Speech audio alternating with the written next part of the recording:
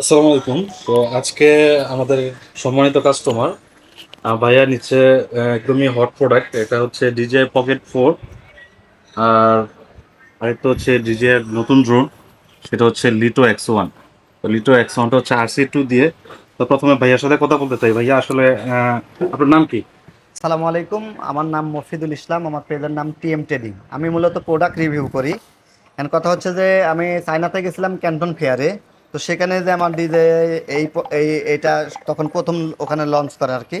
তো সেখান থেকে আমার আগ্রহ, কিন্তু ওখানে স্টক আউট আর দামও বাংলাদেশের তুলনায় বেশি। তো চিন্তা করলাম দেশের টাকা দেশে থাক, দেশে যাই কিনি। এরপরে আপনাদের অথরাইজ ডিলার হিসেবে আপনাদের দেখলাম, আপনাদের পেজের রিভিউ টিভিউ দেখে বাস ভালো লাগলো। এই জন্য সরাসরি চায়না থেকে এই যে সকাল 8টায় নেমে ডাইরেক্ট এখানে আসছে। এ হলো বিষয়।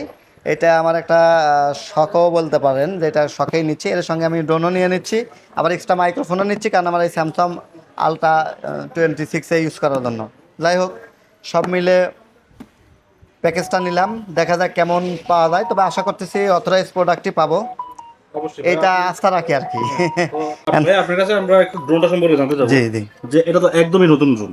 একদমই নতুন। এটা হ্যাঁ, সম্পর্কে আমার কোনো এক্সপিরিয়েন্সই নাই।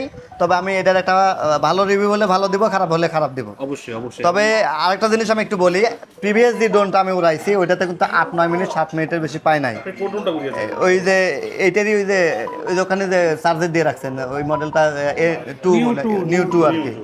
ওইটার প্রবলেমটা হচ্ছে কি, 3 কিলো যাওয়ার পরে ও সিগন্যাল দেয় যে আমারে ব্যাক কর, এই আর কি। তা আমার তো আসলে যখন আমি কোনো এক্সপ্রেস হাইওয়েতে নিচ্ছি বা কোনো বড় কোনো বাণিজ্য মেলা টেলা বা কিছু নিচ্ছি দূরে থেকে নেওয়ার জন্য, বা আমি আমি মূলত মাছের বড় বড় ওই যে মাছ শিকারি করে এদের রিভিউগুলো নিই অনেক দূর থেকে। তো সেক্ষেত্রে আমার আসলে এটা অনেক বেশি সময় দরকার, কারণ একটা মাছ উঠতে লাগে, ক্যাচিং হইতে একটু সময় লাগে। তো আমি চাচ্ছিলাম যে অন্তত 15 থেকে 20 মিনিট, অলমোস্ট 15 মিনিটের একটা ব্যাকআপ চাওয়া সেটা। আর সেকেন্ড হচ্ছে স্টোরেজের ব্যাপার। এটা সম্ভবত 49, এটার স্টোরেজটা কত ছিল এটা? এটারটা 42। আচ্ছা, এই স্টোরেজটা বেশির জন্য আরো পছন্দ আর কি। এর চেয়ে মনে হয় আরেকটা বেশি ব্যাকআপের ছিল না? 49 ছিল না আরেকটা? কোন মডেল ছিল? অন্য মডেলটা। আচ্ছা, যাই হোক, তো স্টোরেজটাও একটা ফ্যাক্ট। তো সব মিলে দিলে আলহামদুলিল্লাহ। তো ভাইয়ের জন্য অনেক এই আর কি। শুভকামনা। আশা করি যে আপনি যে কাজের জন্য নিচ্ছেন অবশ্যই আপনি সফল হবেন। আমাদের জন্য দোয়া করবেন ভাইয়া। ইনশাআল্লাহ ইনশাআল্লাহ।